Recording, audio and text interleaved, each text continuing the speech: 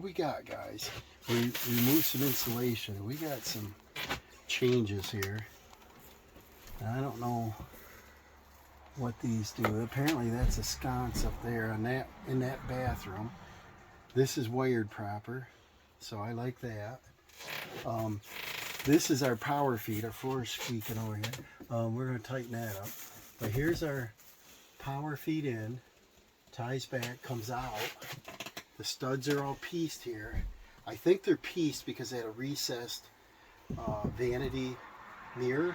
But we're going to fix the studs and they're going to do a surface mount. This comes over into this sconce. And then this is the power feed. Then it backfed back over to this light, which is a weird way to do it, but that's how they did it. And then it fed out up into the attic into something else, and also to our switch over here on the wall. And so we're going to remove this switch wire because it won't be long enough to go to our sconce. We're going to use a single sconce, so this wire will be removed. This sconce is going to be removed, so I'll disconnect that right here. Get that off the wall. Now, this feeder, you see it's not connected to anything, only went to that sconce, so this one can be removed now too. We're going to clean this up and make sense of this stuff, okay guys? And we're going to try to reuse what we can and put in new where we have to. Let's see. Black to black, white to white, and grounded. So this is done correctly. This one had a ground. This is pretty close to correct, except they took the white wire and put it onto black wire, and that's what started messing with me. If you ever have to use a switch wire, color code your white wire black on a black wire so you know it's a switched wire. So what we're going to do is we're going to try to hook this back up. Something's not working in the house right now. We don't know what. We checked, we didn't see anything. But we're going to hook this back up to our new sconce over there. And I can probably just feed it around and put it there for memory. And it'll go there. And then let's pull this one out so Dawson can loosen that screw up. And then this one's already loose. And then this is our power feed. So maybe I'll disconnect the power feed because the wire would reach our light. I guess it would reach. I guess we can reuse this wire, not disconnect it, and just be safe about pulling it out of a metal box. We're going to come over to the sconce. That will be our work box. Then we're going to come down to our switch. I'll put a new box. I think I'll do a double and clean that up. I don't like all these wires. We've got another feeder going out to another room. We're going to bring it into the sconce. Now we need no junction boxes. Everything's accessible. Dawson's putting in a stud, fixing this wall here. I want to get some hardware. So everything is good. That's going to give us corners, some framing. I'll be happy. Alright, I was going to trace all this out, but I like this. Yank it all out of there. Start back at the outlet. Comes out of the GFCI from the other room. I hope it's on the line side, but I don't know that. I'll check it. And then I put a new box on. I got a plastic box. We're going to come up. We're going to come across. Good morning, guys. We're back on day 2 here. We got a Braun ceiling fan that they bought. It's an exhaust fan with a night light, a light, and a fan. So we're going to put a 3 switch over there. The existing wire and fan is gone. I don't even know where it is. So we're, like I said, we're just going here. We got to get a staple out of the way and move the wire over. This fan is bigger than the other one. I'm not sure if that wire is live yet. I don't think so, but we'll find out.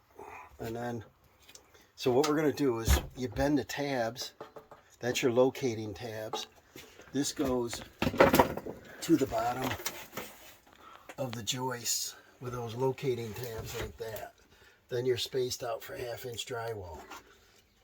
I measured the center of the room, and I'm going to put it on equal sides, so it'll go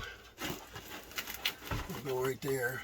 And then what I got to do is the electrical work first is easier. I got to put a 3/8 connector on this wire.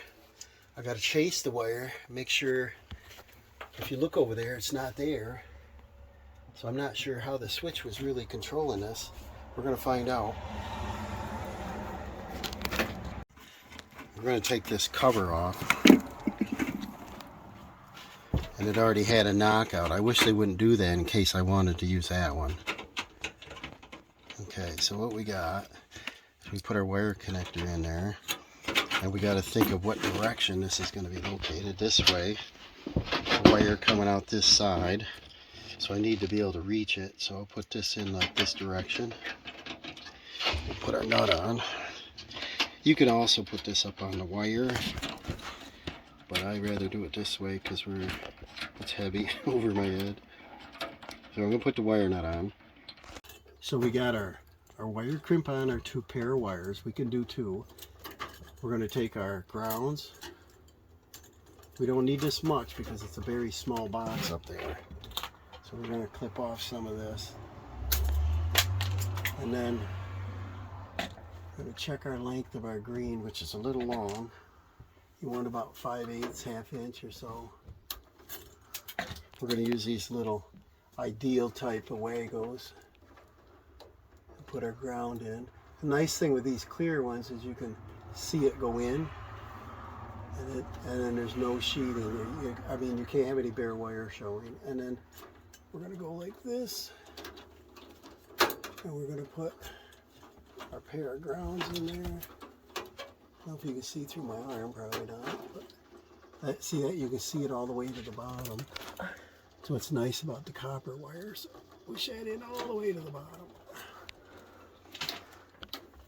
So they're all in. Now we're grounded. And then we tie all of our whites together. And we want to strip them the right length too. Try to clean these up if you can, because they get all combobulated here. Like that, like that. Those are done. Let's get these untwined here. I don't know how they call these UL listed when they give you a 2-inch little box to put all these wires in. Seems like they give you a little bigger workspace. So then again, we got to cut these wires shorter. We want about 5/8, ½ inch or so. Cut it to length. It's an awkward spot to get in. And then ideally, if you can have this down on the floor and put it together, would be nice, but you need a lot of wire for that. We'll do another Wago. We're going to go all the whites together. That'll be all of our neutral. Put all them in there. And she went in all the way. Yep. Yep. That's what's nice about the clear ones. You can see right through there. And they grip. You can't pull them out. He-Man. And then we got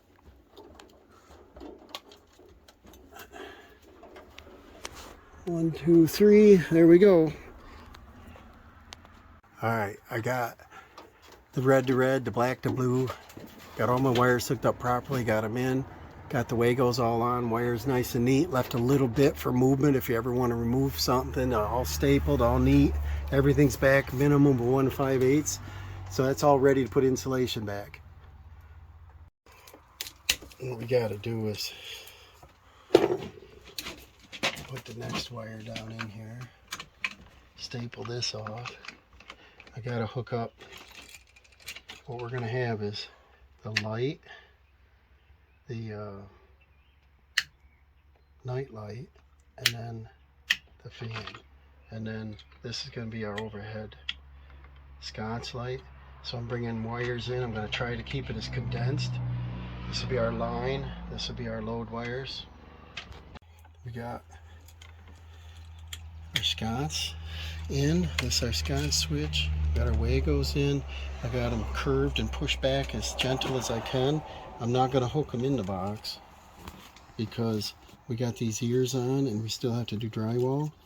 I do this so that while under construction you don't get a shock touching them. If you're not paying attention, I don't want a homeowner to get a shock, so we do this, and it always helps, you know. We got these neatly just sitting here, taped up the edges and stuff because I want to cut the drywall nice around it. These little ears are in the way. Up here we got our light hooked up, so now we're just gonna, these are same colors, so it doesn't matter. We're just gonna give us a temporary light here until we do drywall. And circuit is on over there, but all these are still dead, so don't worry about that. I do work on them live like you're not supposed to, I don't care. But just think which one you're handling, you know. And then we'll stick that in there, and that in there, and then Dawson will get me a nail or something, screw, and we'll stick a screw in there to hold our light up. Alright, we're going to have Dawson do a little wire, and this one is hot. He's looking at the end of his Wago, make sure it's all the way to the back. Look in there, can you see them? Sometimes you got to push and twist, they go in hard. Yeah. Remember that black wire on your left is a hot one. We could throw a wire nut on it. He's going to hook this circuit up here, and that'll liven up our switches on that side and our fan. Alright, I got everything back in. I taped the sides, well, you know that. I taped the sides. We're going to leave this loose because I want to do the drywall. I want to do a nice cut without having these ears, and I don't really want to cut them off now. So, because we need that screw. So let's test this. We did over here already. What we did over here is back up with that. You see the lights on, so this is our paddle. We're coming in here, and then up here, that's our fan, our night light, and our light. Up here, we don't have the cover on yet to test them, but we're going to do that next. And then over here, we're going to do the GFI, and I think there's a little wear on this thing. This is one of the tamper-proof. And let's see what we got here. See this? She don't light up. You press the reset. There we go. See that? I think the outlet is a little worn. Alright, let's test this. What this does is it livens up this outlet down here. And this is on the load side. So when this trips, right, I'll do it right here. Well, this stays in there properly. I think I'll probably end up picking up a new one of these. I never trust them. They only work for 5 years and then they're not accurate. See that? I gotta hold it. And then we trip it. See, so that works. The light comes on. Up and down here and test our power. We're dead. So now I'm going to reset it here. That should come on over there. And see that? To test if we're GFI, we do this. Hear it click? That's off. So we're within 6 feet of water. They wanted this outlet to plug a portable heater in, I think. I don't know, maybe a Christmas light for, I don't know. So there we go, guys.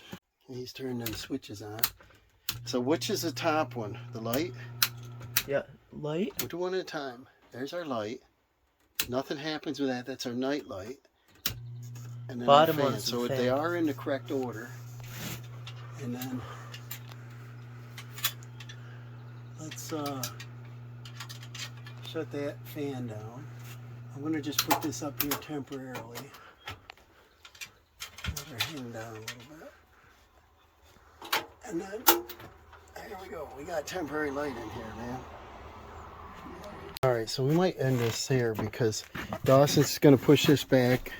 He's going to pull the insulation out and put the wire in and push the insulation back. Get that back because we can't get a staple in there. I want it back 1 5/8 or so. But everything's in and tested and works. All of the plumbing that I had done is installed, tested, and works. So tomorrow we're going to be working on the shower pan, the floor, and vapor barrier, insulation, vapor barrier, and then be ready for drywall, guys. So hey, follow along in this series. This will be shorter than the last job.